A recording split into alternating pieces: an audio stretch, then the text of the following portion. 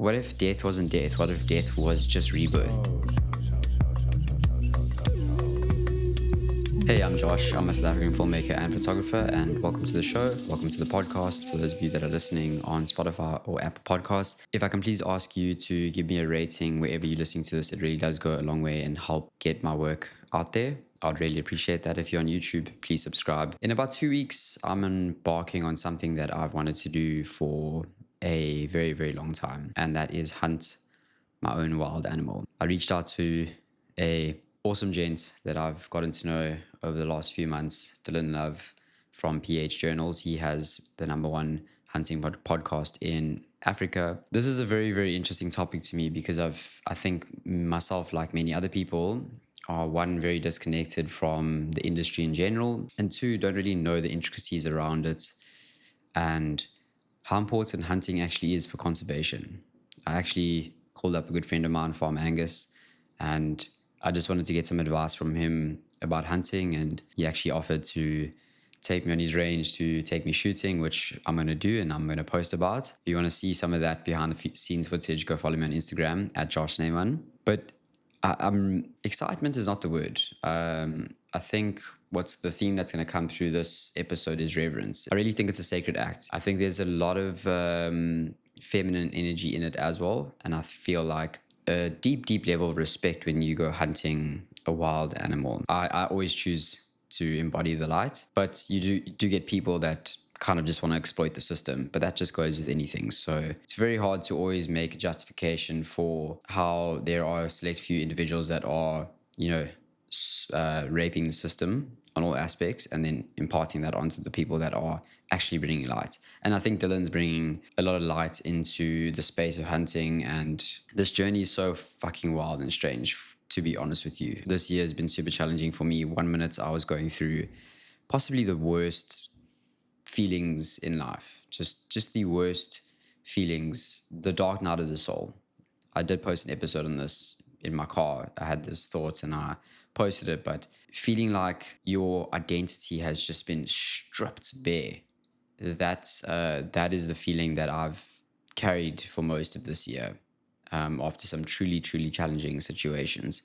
And I'm not unique in this. Many people go through this. It's a common thing, but it's a very, very necessary thing because it entails death. It entails death of the old you that has died, and that is painful. It's painful if you choose to see it that way, because if you have a difficult relationship with death, you're going to have a difficult relationship with your suffering. And this is kind of what it comes down to, is that I think hunting is developing a strong relationship with the inevitable, with the thing that in our society we try and avoid at all costs. At all costs, death. I say all costs because people run around changing themselves. I do it. Change themselves, appear a certain way to try and elude this one true God, so to speak, which is death. And we become so averse to it and so disconnected from it that we've made it into this thing that we need to be afraid of. What if death was like a kind of a celebration, as it used to be to the ancients, the Mayans, the Toltecs?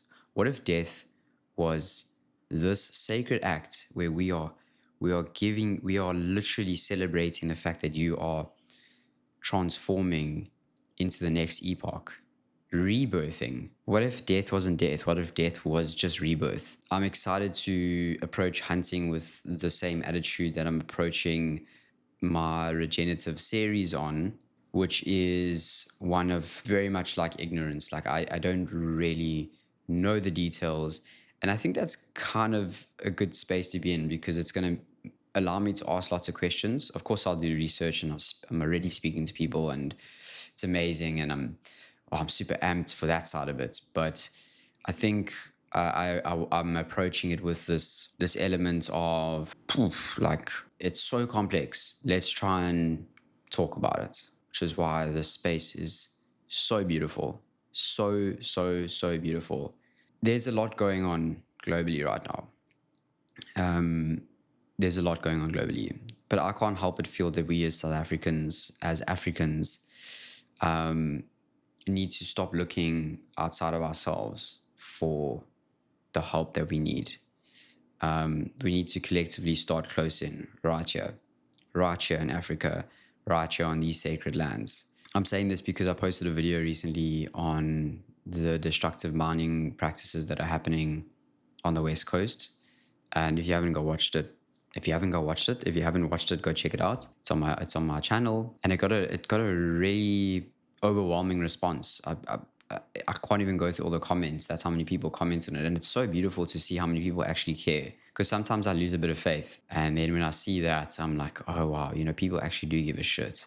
We just kind of live in this little box society where we don't really see that or feel that. So it's really nice to feel that. And I think the more people that care, the more people that have awareness, the more things that can be done. And I think every voice matters, but it's not about focusing on all the shit that is happening out in the world. Like, focus on this land, the sacred land that we embody. The plastic in the oceans, the plastic on my doorstep here in Table Mountain. I spoke to a friend about this, walking on Signal Hill. It is fucking disgusting. There is just rubbish all over Signal Hill, on the hill. So from like a bird's eye perspective and from like a removed perspective, it looks like this beautiful, majestic silhouette in the sunsets, people up there enjoying themselves. But meanwhile, people are fucking throwing their rubbish all over Signal Hill. And it seems like nothing's being done about it.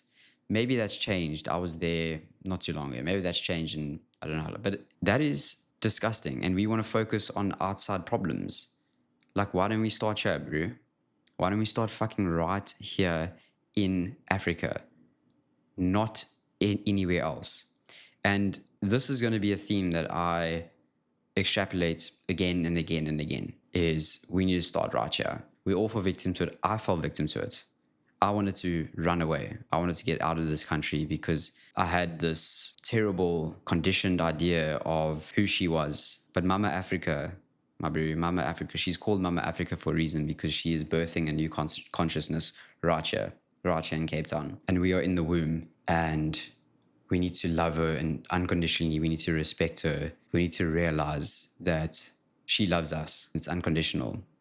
And when we start doing that, the vibration of the place changes. Everything changes. The food, the animals, the spirit, the land, the communities, everything changes. We need to realize that this act has taken place regardless of how you feel about the death of an animal. Nature actually doesn't care how you feel. Nature is going to continue to do her thing, her beautiful Gaiac thing, and that involves death, which is actually rebirth, which is actually life, which is actually vibration. So the minute you can embrace this concept, the respect begins to happen. And then that's when you stop going to the Woolies, the Spars, the Pick and Pays, and these little perfectly packaged corporations that put their meats, this little lifeless meat, in the package, and you start developing a relationship with your butcher, with your farmer. You start supporting the land, the people on the land, the rural communities. People start going back to the rural communities. People start realizing that the cities are not a problem, which I want to return to, but we need to start from the cities and realize that the answer isn't everyone running to the cities to get what? To get wealthy. Yeah, we definitely need money to survive, but this land has enough resources to survive. That's why everyone wants to come here. She's got so much, and we are just disrespecting that to the max.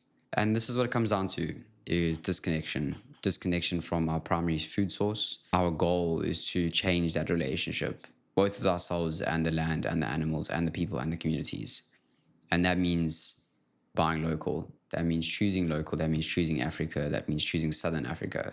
Because the things you buy in the shops, the perfectly packaged products, are products of a system which involves top-heavy CEOs that get insane salaries. The system that has been created doesn't actually care about the custodians, doesn't actually care about the farmer. The farmers get min cash for all their hard work and all their respect that they have for the land. So no wonder the food we're eating now is lacking more minerals than ever. So even though we do get really good food here in South Africa, like the quality of food, the quality of the minerals in the food is depreciating over time. And this is fact. You can see the studies everywhere in the world, in fact, because our topsoil is eroding quicker than we can think. It's not eroding itself as well. It's also eroding itself of nutrients, because this is Mama Gaia going, whoa, I can't deal with one set of canola crops all over my